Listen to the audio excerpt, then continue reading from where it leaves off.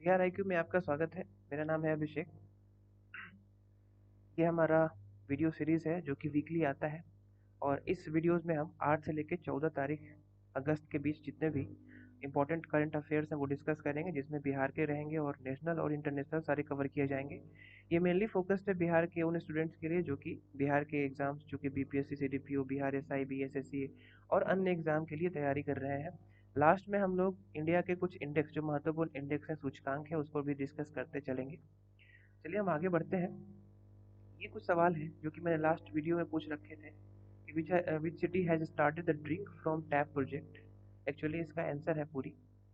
और दूसरा था कि जो मैक्सिमम नंबर ऑफ टाइगर है एज पर टाइगर सेंसस 2018, 2018 के टाइगर सेंसस के अनुसार मैक्सिमम नंबर ऑफ टाइगर किस स्टेट में है। उसका आंसर था आपका मध्य प्रदेश। और इसके जवाब सही से जवाब देने वाले जो स्टूडेंट हैं, जो कि छात्र हैं, वो है कशिश, निशा एंड पूनम कुमारी। तो आप भी ऐसे ही जवाब दे सकते हैं और मैं आपका नाम यहाँ पर टैग करूँगा। आगे बढ़ते हैं बिहार के कुछ इंपॉर्टेंट न्यूज़ के साथ। पहला न्यूज़ है लोकनायक गंगा पाथ, जो कि बनाया जा रहा है 2000 करोड़ के लागत से। एक्चुअली इसमें जो फंडिंग आ रही है वो हुडको से आ रही है। हुडको का पूरा नाम है housing and urban development corporation limited, जिसमें एक्चुअली 1390 करोड़ जो है वो सरकार अपने खाते से निकाल के देगी। और एक्चुअली यहाँ पर दिया हुआ है कि ये बनाया जो जाएगा वो गंगा के किनारे बनाया जाएगा, दीघा से दीदारगंज के बीच। ये जो प्रोजेक्ट है वो कंप्लीट होने का जो एक्सपेक्टेड डेट है वो है 2023 तक, जुलाई। ओके, आप यहाँ पे फिगर में देख सकते हैं ये प्रोजेक्ट चल रहा है दीघा टू दीदारगंज का। इसका नाम है लोकनायक गंगा पाथ, याद रखेंगे। आगे बढ़ते हैं। आचार्य शिवपूजन सहाय, क्योंकि इनका बर्थ डे 9 अगस्त 1893 का है, तो 9 अगस्त को अक्सर हम लोग इनको याद करते हैं। ये एक्चुअली हमारे भोजपुर जिला से बिलोंग करते हैं, आप यहाँ पे देख सकते हैं। विलेज का नाम भी मैंने दे रखा है। ये एक जाने माने हिंदी भोजपुरी उपन्यासकार और संपादक गद्य लेखक थे। इनका एक एक्चुअली लेखनी है जो कि माता का आंचल है। उनको एक्चुअली सीबीएसई के बुक में क्लास 10 में जगह दिया गया है और अक्सर लोग इसे पढ़ते भी हैं। इनको पद्म भूषण के अवार्ड से भी नवाजा जा चुका है।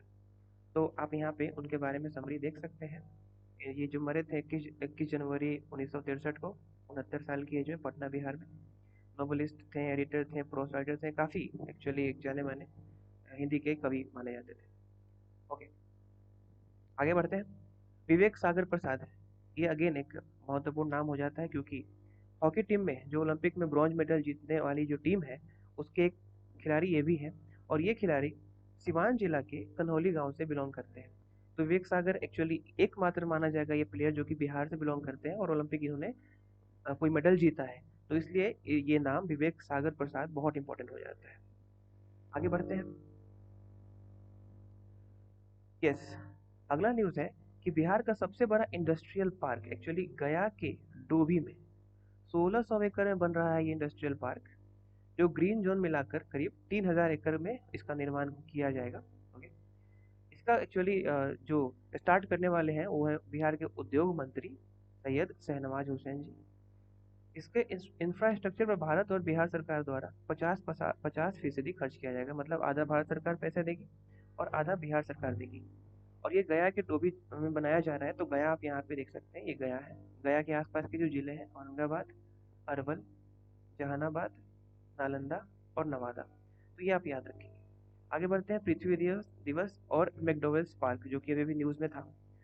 एक्चुअली हरियाली अभियान के दौरान बिहार सरकार ने 24 करोड़ पौधे लगाने का लक्ष्य रखा था और बिहार की हरित आवरण को 17% तक बढ़ाने का प्रावधान रखा था, जो कि फिलहाल में 7.75% है। बहुत इंपॉर्टेंट ये फिगर माना जाता है।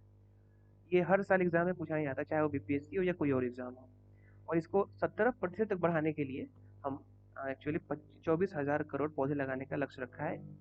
तो ये अब जो हरियाली अभियान है उसके तहत ये रखा गया था। तो पृथ्वी दिवस के दिन अगेन सीएम ने और बाकी लोगों ने, नीतीश कुमार जी ने काफ़ी सारे पेड़ पौधे लगाए थे ताकि ये योजना को पूरा किया जाए। और साथ साथ पर्यावरण मंत्री नीरज कुमार सिंह, जो कि बिहार के पर्यावरण मंत्री भी हैं, इन्होंने मोइनुल हक स्टेडियम के पास मैकडॉवेल्स पार्क का भी उद्घाटन किया है। तो दोनों के दोनों न्यूज़ बहुत इंपॉर्टेंट हो जाते हैं। और ये पार्क उसी दिन एक्चुअली उद्घाटन किया गया था जिस दिन पृथ्वी दिवस था। ओके, ठीक है, हम आगे बढ़ते हैं। आप यहाँ पर देख सकते हो कि नालंदा इंजीनियरिंग कॉलेज जो चंडी में है एक्चुअली, उसको one district one green champion award दिया गया है, और ये अवार्ड जो है ना वो शिक्षा मंत्रालय भारत सरकार द्वारा दिया गया है, ना कि बिहार सरकार द्वारा। इसलिए बहुत इंपॉर्टेंट हो जाता है। ये जो अवार्ड इसे दिया गया है वो है स्वच्छता, जल संरक्षण, वेस्ट मैनेजमेंट, पौधारोपण, इसमें उल्लेखनीय गतिविधियों और काम करने के लिए शिक्षा मंत्रालय भारत सरकार द्वारा ये अवार्ड इसे दिया गया है नालंदा इंजीनियरिंग कॉलेज चंडी को। आप नालंदा यहाँ से देख सकते हैं। नालंदा के जो नेबरिंग डिस्ट्रिक्ट्स हैं वो है गया, नालंदा और यहाँ पे जमुई। ठीक है, एक पूरा टच नहीं करता। ठीक है, आप यहाँ पे देख सकते हैं कि शिक्षा मंत्री हैं हमारे देश के, और इन्हीं के सौजन्य से ये अवार्ड इनको दिया गया है। किसको? नालंदा इंजीनियरिंग कॉलेज चंडी को। ठीक है, तो ये आप याद रखेंगे। आगे बढ़ते हैं। खुदीराम बोस, एक्चुअली ये नाम अगेन इंपॉर्टेंट हो जाता है क्योंकि 11 अगस्त को इनका निधन का दिवस मनाया गया था। तो 3 दिसंबर 1889 को जन्म हुआ था और 11 अगस्त 1908 को इनका निधन हुआ था। एक्चुअली इनको अरेस्ट करके इन पर ट्रायल किया गया था, फांसी के फंदे पे चढ़ाया गया था अंग्रेजों द्वारा। तो एक्चुअली बात क्या हुई थी कि ये एक इंडियन रिवॉल्यूशनरीज थे, क्रांतिकारी थे, जो कि बंगाल प्रेसिडेंसी से बिलोंग करते थे। आप यहाँ पे देख सकते हैं कब वो जन्म लिए और कहाँ जन्म लिए। 3 दिसंबर 1889, महोबनी, मिदनापुर, बंगाल प्रेसिडेंसी, इंडिया। उस समय बंगाल प्रेसिडेंसी में आया था वो चीज़। और मरे थे वो मुजफ्फरपुर में 11 अगस्त 1908 को। ठीक है, और एक्चुअली उनका रोल था मुजफ्फरपुर कॉन्स्पिरेसी केस में, जिसमें वो प्रफुल्ल चाकी के साथ एक्चुअली जो मजिस्ट्रेट थे उनको, एक्चुअली उनका नाम था मजिस्ट्रेट डगलस किंग्सफोर्ड, उनकी हत्या करने का प्रयास किया गया था। बम तो फेंका गया था पर वो कहीं और बैठे थे, इस वजह से उनकी जगह पे 2 ब्रिटिश महिलाओं की मौतें हुई थी, जिसके परिणाम स्वरूप इन दोनों को पकड़ के एक्चुअली प्रफुल्ल चाकी ने तो खुद को गोली मार ली थी, बट खुदीराम बोस को अरेस्ट करके इन पर ट्रायल चलाया गया और अंततः इन्हें फांसी दे दी गई थी। और उनका निधन हुआ था 11 अगस्त 1908 को। इसलिए खुदीराम बोस बहुत इंपॉर्टेंट है, याद रखिएगा। हम आगे बढ़ते हैं कुछ नेशनल न्यूज़ के साथ। ये एक पोर्टल है जिसका नाम है पीएम दक्ष पोर्टल एंड एक पीएम दक्ष मोबाइल ऐप। ये दोनों के दोनों बहुत इंपॉर्टेंट है क्योंकि इनको लॉन्च किया है डॉक्टर वीरेंद्र कुमार ने, जो कि union minister for social justice and empowerment है। एक्चुअली ये जो पोर्टल है और ये जो मोबाइल ऐप है जिसका नाम पीएम दक्ष है, ये यूथ को टारगेट और कुछ टारगेट ग्रुप्स जो है will now be able to avail the benefit of the skill development training. Actually कौशल विकास प्रशिक्षण जो स्टार्ट किया गया था हमारे पीएम द्वारा, उनका पूरा फायदा इनको मिल पाए, इसलिए डिजिटली इनको अवेयर रहने के लिए PM Daksh mobile app and PM Daksh करके एक पोर्टल चलाया जा रहा है। आगे बढ़ते हैं।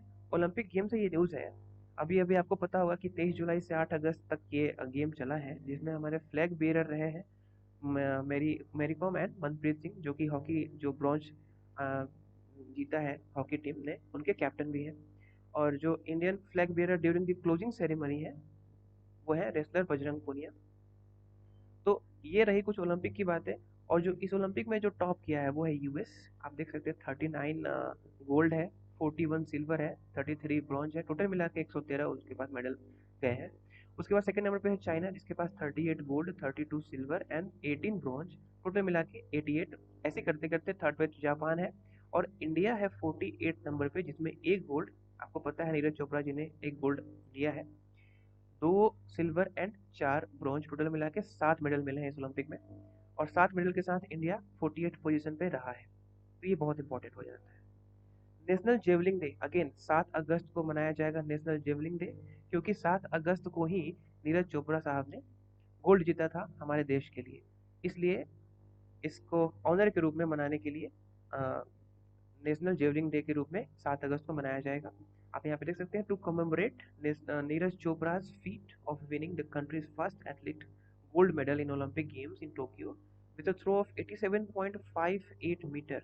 यह फिगर याद रखेंगे, 87.58 मीटर फेंकने के बाद भाला फेंक होता है, एक्चुअली जेवलिंग थ्रो होता है, उसमें इन्होंने 87.58 मीटर तक फेंक करके गोल्ड अपने नाम किया है। ठीक है, आगे बढ़ते हैं। पार्लियामेंट्री सेशन के बारे में बात की जा रही है। एक्चुअली पार्लियामेंट में 3 सेशंस होते हैं हर साल। एक होता है बजट सेशन, जो कि फरवरी से मई तक चलता है। आप देख सकते हैं फरवरी, मार्च, अप्रैल, मई, 4 महीने।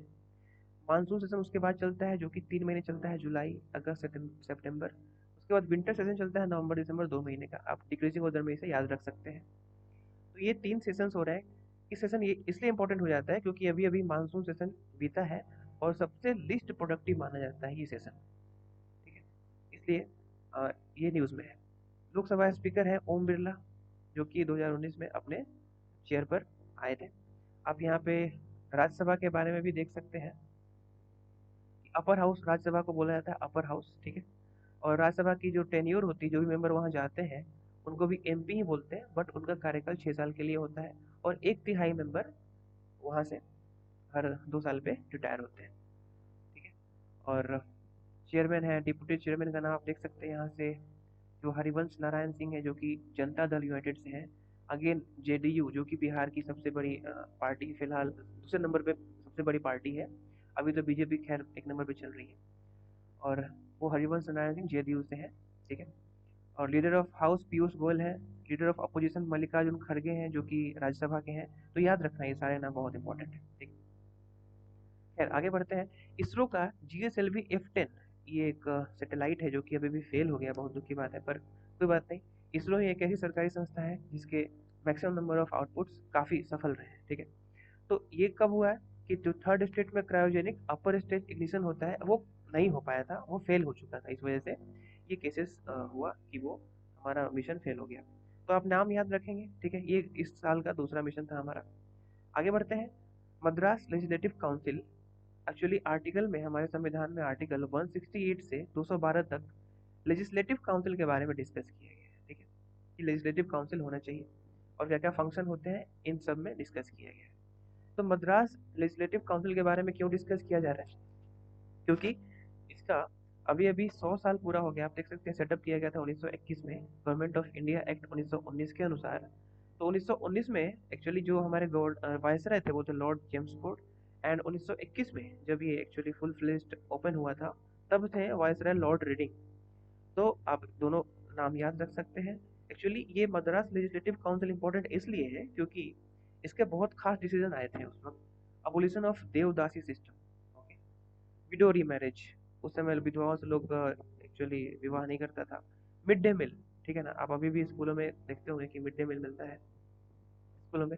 Distribution of agriculture land to the landless, okay. पहले जमींदारों से लैंड लेके लैंड रिफॉर्म जो लाया गया था बाद में, वो एक्चुअली इसी से मोटिवेट होके लाया गया था कि जो लैंड ऑनर्स हैं, जो बड़े बड़े लैंड के मालिक के जमींदार हैं, उनसे लैंड लेकर के जिनके पास लैंड नहीं है उनको देना, ताकि प्रोडक्शन बढ़े और हमारे देश की जीडीपी बढ़े, इकोनॉमी बढ़े और लोग संपन्न हो, ठीक है। तो खैर ये सारे डिसीजन लिए गए थे मद्रास लेजिस्लेटिव काउंसिल के द्वारा, इसलिए ये इसके 100 साल पूरे हो रहे हैं, इसलिए बहुत इंपॉर्टेंट है। आप यहाँ पर देख सकते हैं कि कई बच्चे कंफ्यूज हो जाते हैं कि सर ये लेजिस्लेटिव काउंसिल क्या है, लेजिस्लेटिव असेंबली क्या होता है। तो मैंने एक्चुअली यहाँ पे, आप इसको मैं अगर बड़ा करके दिखाऊँ, इसको मैं अगर बड़ा करके दिखाऊँ तो आप एक मिनट, आप यहाँ पे देख सकते हैं, इसको मिटा देता हूँ, ये सामने आ गया है। दोनों में क्या फर्क होता है, ये टेबल बहुत अच्छे से क्लियर कर देगा आपको सारा कॉन्सेप्ट। यस, अब देखिए, आप यहाँ पे देख सकते हैं कि विधानसभा और विधान परिषद, विधानसभा को बोलते हैं लेजिस्लेटिव असेंबली, लोअर हाउस बोला जाता है, और विधान परिषद को legislative council and upper house बोला जाता है। ये बिल्कुल आप सेंटर की तरह देख सकते हैं, जैसे लोकसभा होता है ना, लोकसभा स्टेट में जाके हो जाता है विधानसभा, और जो राज्यसभा होता है सेंटर में, दिल्ली में, आप देखते हैं दिल्ली में है राज्यसभा, पार्लियामेंट में है। तो उस तर्ज पे स्टेट में हो जाता है विधान परिषद, ठीक है ना, लेजिस्लेटिव काउंसिल जिसे अपर हाउस बोलते हैं। तो इसके जो लोकसभा, पहले हम बात करते हैं विधानसभा के बारे में, ठीक है ना, उसमें 60 से लेके 500 मेंबर हो सकते हैं, जिसको एमएलए कहा जाता है, मेंबर ऑफ लेजिस्लेटिव असेंबली, सुनते होंगे आप अक्सर, विधायक हिंदी में बोला जाता है। Member are directly elected by residents of the state, उस स्टेट के लोग डायरेक्ट उसको वोट देके चुनेंगे, ठीक है ना, डायरेक्ट इलेक्शन होता है। उसके बाद है which ever political party has majority votes, अब जो इसके पास मेजोरिटी वोट रहेगा, जाहिर सी बात है चीफ मिनिस्टर उसी का बन के आता है ना। हम लोग चुनते विधायक है, बट विधायक लोग आपस में जो मेन जिसके जो मुखिया हैं उनको सीएम बना दिया जाता है, और हर 5 साल पे इलेक्शन होता है, और एक स्पीकर चुना जाता है। पूरे जो जो स्ट्रॉन्गेस्ट पॉलिटिकल पार्टी है जो कि मेजोरिटी में आई है, उसका एक पर्सन को, जो कि काफ़ी एक्सपीरियंस्ड होता है, काफ़ी एज होते हैं, उनको स्पीकर चुना जाता है, ठीक है। और विधान परिषद के बारे में बात करें, जिसे लेजिस्लेटिव काउंसिल बोलते हैं, वो less than one third of the Vidhansabha member, Vidhansabha के मेंबर जितने हैं, मान लो जितने मेंबर हो उसके लेस देन वन थर्ड ही होंगे मेंबर ऑफ लेजिस्लेटिव काउंसिल, ठीक है। वन थर्ड मेंबर आर, अब देखिए यहाँ पे बताया जा रहा है कि इलेक्शन कैसे कैसे होता है। तो one third members are elected by the members of local body, one third of by MLAs and 1/12 from the teaching and 1/12 from the graduates. तो ये सारे लोग जैसे MLA, graduates, teaching, local bodies, ये लोग मिलके कितने कितने पार्ट सेलेक्ट करते हैं, चुनते हैं, वो आपके सामने यहाँ पे टेबल में लिखा गया है। Members are called MLC, member of legislative council बोला जाता है, और यहाँ मेंबर ऑफ लेजिस्लेटिव असेंबली बोला जाता है, ठीक है। ये दोनों बात याद रखेंगे। Member sit for 6 year with one third retiring every 2 years. बिल्कुल राज्यसभा की तरह, जैसे मैंने ऊपर बताया था यहाँ पर कि हर 2 साल पे वन थर्ड लोग रिटायर करते हैं, ठीक है। और वैसे ही वन थर्ड लोग आते भी हैं, सीट को पूरा तो करना पड़ेगा, और उनका कार्यकाल चलता है टोटल 6 साल के लिए। Head of the legislative council, जो विधान परिषद है उसका हेड को बोलते हैं चेयरमैन, और इसको भी मेंबर ही सेलेक्ट करते हैं इनडायरेक्टली, इसको लोग सेलेक्ट नहीं करते हैं। जैसे यहाँ पर था विधानसभा में कि लोग डायरेक्टली वोट देके सिलेक्ट करते थे, बट यहाँ पर वो विधायक ही खुद से सिलेक्ट करेंगे कि कौन चेयरमैन होंगे, ठीक है। तो आई थिंक बहुत सारी क्लियरिटीज आई होगी यहाँ पर। हम आगे बढ़ते हैं। Parliament horror remembrance day, yes. आप देखोगे कि पाकिस्तान के एक्चुअली पाकिस्तान अपना इंडिपेंडेंस डे मनाता है 14 अगस्त को। इस दिन पीएम पीएम मोदी ने पार्टीशन हॉरर रिमेम्बरेंस डे के नाम दिया है, क्योंकि इस वक्त पार्टीशन में बहुत लोग पाकिस्तान गए थे, पाकिस्तान से बहुत लोग इंडिया आए थे, तो इस बीच बहुत सारे लोगों की जान गई थी, ठीक है। और काफ़ी मतलब जो भी लोग उसको जानते हैं, मतलब अक्सर वो बहुत दयनीय स्थिति थी, ठीक है। तो इसलिए पार्टीशन हॉरर्स रिमेम्बरेंस डे मनाया जाता है, जिसका हिंदी में विभाजन विभीषण स्मृति दिवस, एक्चुअली इस नाम से इसको मनाया जाएगा। पीएम मोदी का एक ट्वीट है, आप यहाँ पे देख सकते हैं कि देश के बंटवारे के दर्द को कभी भुलाया नहीं जा सकता। नफरत और हिंसा की वजह से हमारे लाखों बहनों और भाइयों को विस्थापित होना पड़ा और अपनी जान तक गंवानी पड़ी। उन लोगों के संघर्ष और बलिदान की याद में 14 अगस्त को विभाजन विभीषिका स्मृति दिवस के तौर पर मनाए जाने का निर्णय लिया गया है। तो एक्चुअली ये बहुत इंपॉर्टेंट हो जाता है, क्योंकि इसी साल ये शुरू किया गया है 14 अगस्त को, तो ये आप याद रखेंगे। आगे बढ़ते हैं। ICC player of the month, actually July month में जो आईसीसी ऑफ द प्लेयर है वो बनाया गया है, और यहाँ पे आप मेन में देख सकते हो शाकिब अल हसन जो बांग्लादेश के प्लेयर हैं, और स्टेफनी रॉक्सन टेलर जो कि जमाइका की है। ये है स्टेफनी और ये है शाकिब अल हसन बांग्लादेश के। एक्चुअली जो नॉमिनेशन होता है, nomination committee based on the field performance and overall achievement during the period of that month, मतलब उस महीने जो कि उनका परफॉर्मेंस होता है ना, ओवरऑल परफॉर्मेंस के बेस पे उनको सिलेक्ट किया जाता है, और उनको फिर वोटिंग के आधार पे उनको फिर रैंकिंग दी जाती है। तो 3 लोगों को सिलेक्ट किया गया था, जिसमें नंबर 1 पे आए हैं Shakib Al Hasan. Short list is then voted for voted for by the independent ICC voting academy and fans around the world। ICC voting academy और उनके जो फैंस हैं, वर्ल्ड में क्रिकेट के जो फैंस हैं, उनके द्वारा वोटिंग करा करके जो भी नाम निकल के आता है उनको प्लेयर ऑफ द मंथ घोषित कर दिया जाता है। तो मैन में और वुमेन में याद रखेंगे। राहुल द्रविड़ नाम अगेन बहुत इंपॉर्टेंट हो जाता है, आप जानते होंगे राहुल द्रविड़ को अच्छे से, क्योंकि अभी भी हेड है cricket at the national cricket academy की हेड है। नेशनल क्रिकेट एकेडमी चिन्ना स्वामी क्रिकेट स्टेडियम बेंगलुरु में है, कर्नाटका में है, इसके अभी ये हेड है, और इनका कार्यकाल पूरा होने जा रहा है, तो इसलिए अभी री इलेक्शन की बात की जा रही है, तो इसलिए नाम बहुत इंपॉर्टेंट हो जाता है। आगे बढ़ते हैं। World highest mobile air traffic control tower, actually Ladakh में सबसे ऊंची एयर ट्रैफिक कंट्रोल टावर बनाई गई है दुनिया की, जिसको बनाने वाले हैं एयरफोर्स, इंडियन एयरफोर्स। और इंडियन एयरफोर्स के जो कमांडर इन चीफ होते हैं वो होते हैं, आपको पता होगा, तीनों सेनाओं के कमांडर इन चीफ होते हैं रामनाथ कोविंद, और जो चीफ ऑफ एयर स्टाफ है वो है air chief marshal Rakesh Kumar Singh Bhadauria, R K Singh Bhadauria. आप इनका फोटो यहाँ पे देख सकते हैं, ये है चीफ ऑफ एयर स्टाफ, ठीक है। इनके ऊपर आएंगे राष्ट्रपति रामनाथ कोविंद।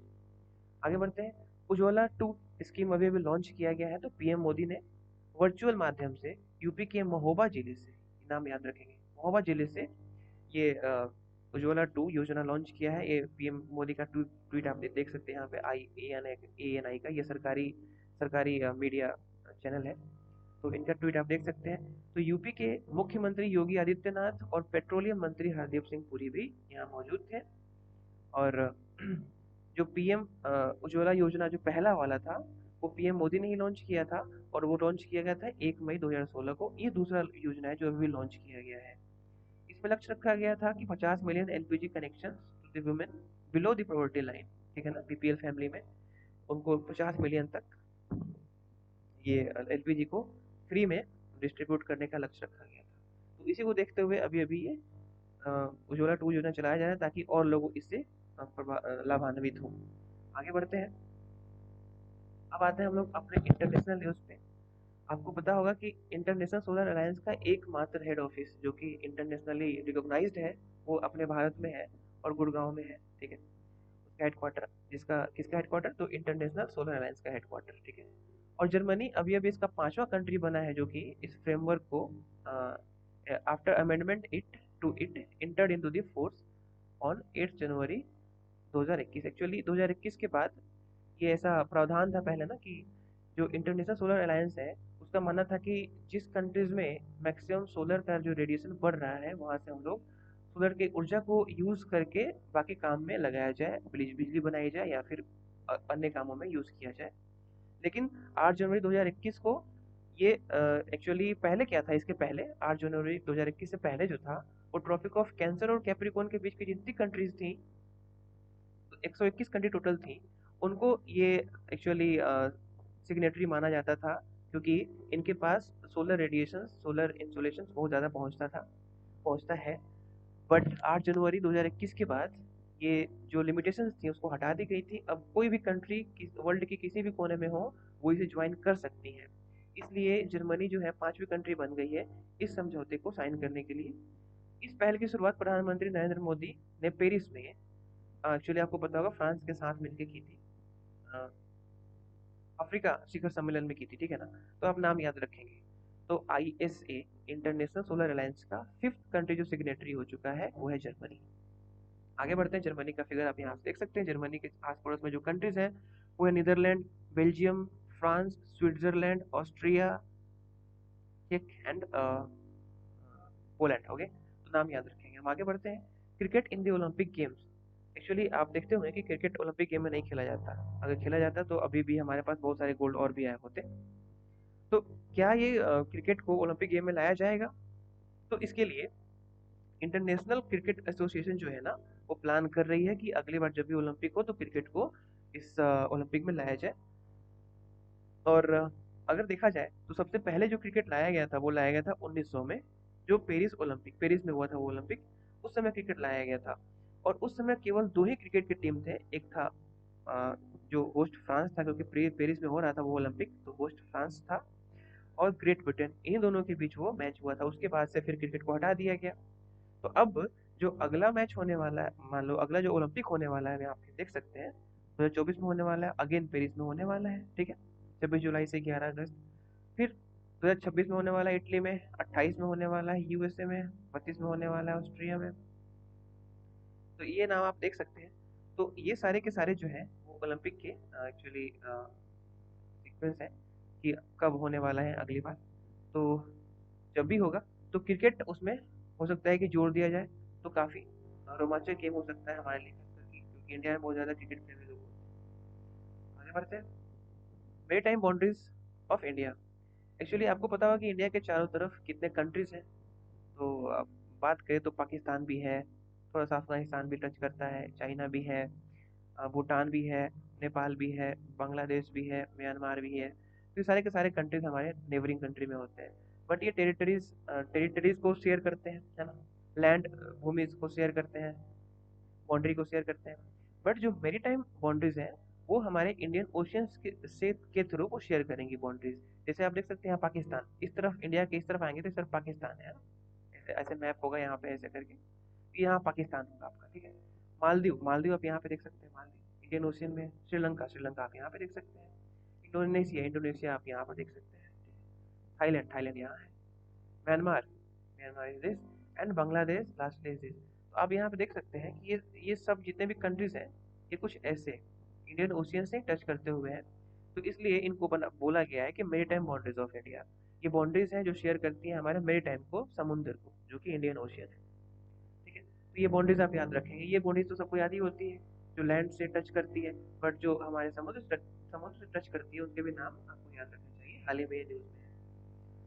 ओके, तो मैंने बोला था आपसे कि लास्ट में हम लोग इंडेक्स डिस्कस करेंगे। तो India rank in different index, जो हमारा 2021 में है उसको डिस्कस करेंगे। 2021 में जो फॉर्च्यून ग्लोबल 500 लिस्ट है उसमें इंडिया का रैंक है 155।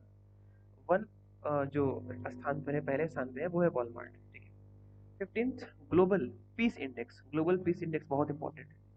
इसको रिलीज करता है institute for economics and peace, IEP. इसमें इंडिया 135 नंबर पे है और एक नंबर पे है आइसलैंड। वर्ल्ड कम्पिटिटिवनेस इंडेक्स, इसको लॉन्च करता है institute of management and development. India इसमें 43 नंबर पे है और फर्स्ट नंबर पे है स्विट्जरलैंड। वर्ल्ड गिविंग इंडेक्स, ये लॉन्च करता है चैरिटीज एड फाउंडेशन, CAF। इसमें इंडिया 14 नंबर पे है और फर्स्ट नंबर पे है Indonesia. Third SDG India index 2021, ये लॉन्च करता है नीति आयोग, जिसमें फर्स्ट रैंक पे है केरला। ठीक है।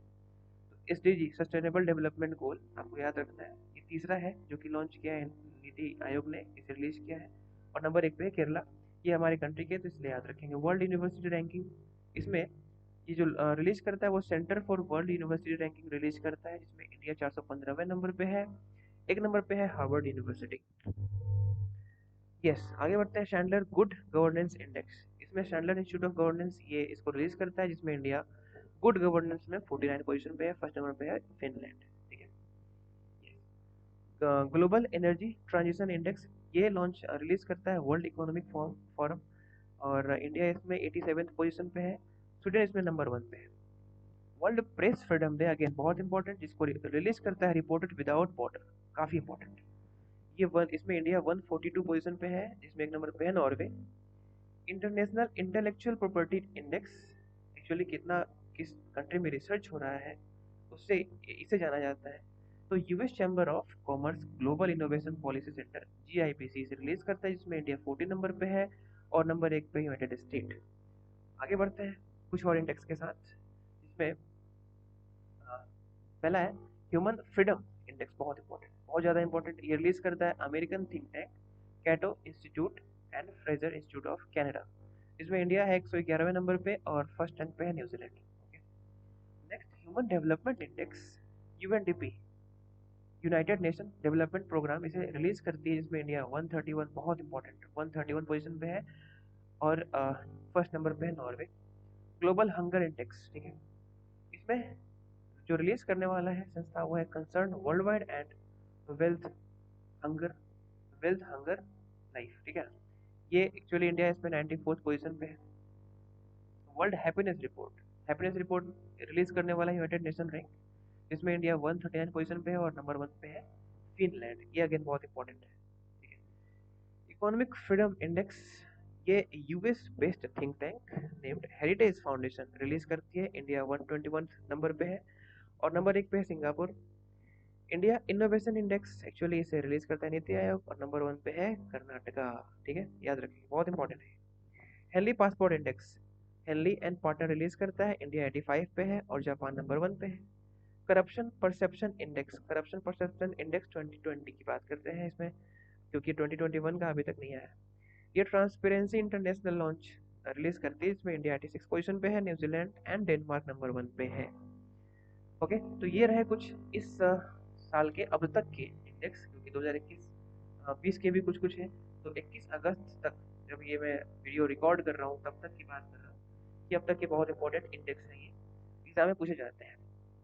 यस, तो अब हम अंत में बात करते हैं कुछ क्वेश्चंस की, जिसको आपको कमेंट बॉक्स में इसके जवाब देने हैं और मैं आपको नाम टैग करूंगा अगले वीडियो में, जो जितना अच्छा से कमेंट करेगा। यस, तो हु हैज रिटन कर दे कमाल तू, किसने इस एक्चुअली जो ये आपको पता होगा, ये एक सॉन्ग है जो अभी पैरा ओलंपिक में गाया जाने वाला है, तो इसको किसने लिखा था? आपके नाम यहाँ पे सामने है, अनुराग सिंह, संजीव सिंह, शक्तिकांत दास, दिनेश कुमार खारा। और सेकंड क्वेश्चन है, first city to India in India to achieve 100% Covid vaccination to the people. ये कुछ क्वेश्चन है, ठीक है, तो आप इनका जवाब कमेंट बॉक्स में दें। तो ठीक है, आप कोई भी सजेशन हो कमेंट बॉक्स में लिख सकते हैं। ठीक है, और फिर हम मिलते हैं अपने अगले वीडियो में अगले हफ्ते की कुछ इंपॉर्टेंट न्यूज़ के साथ। जय हिंद।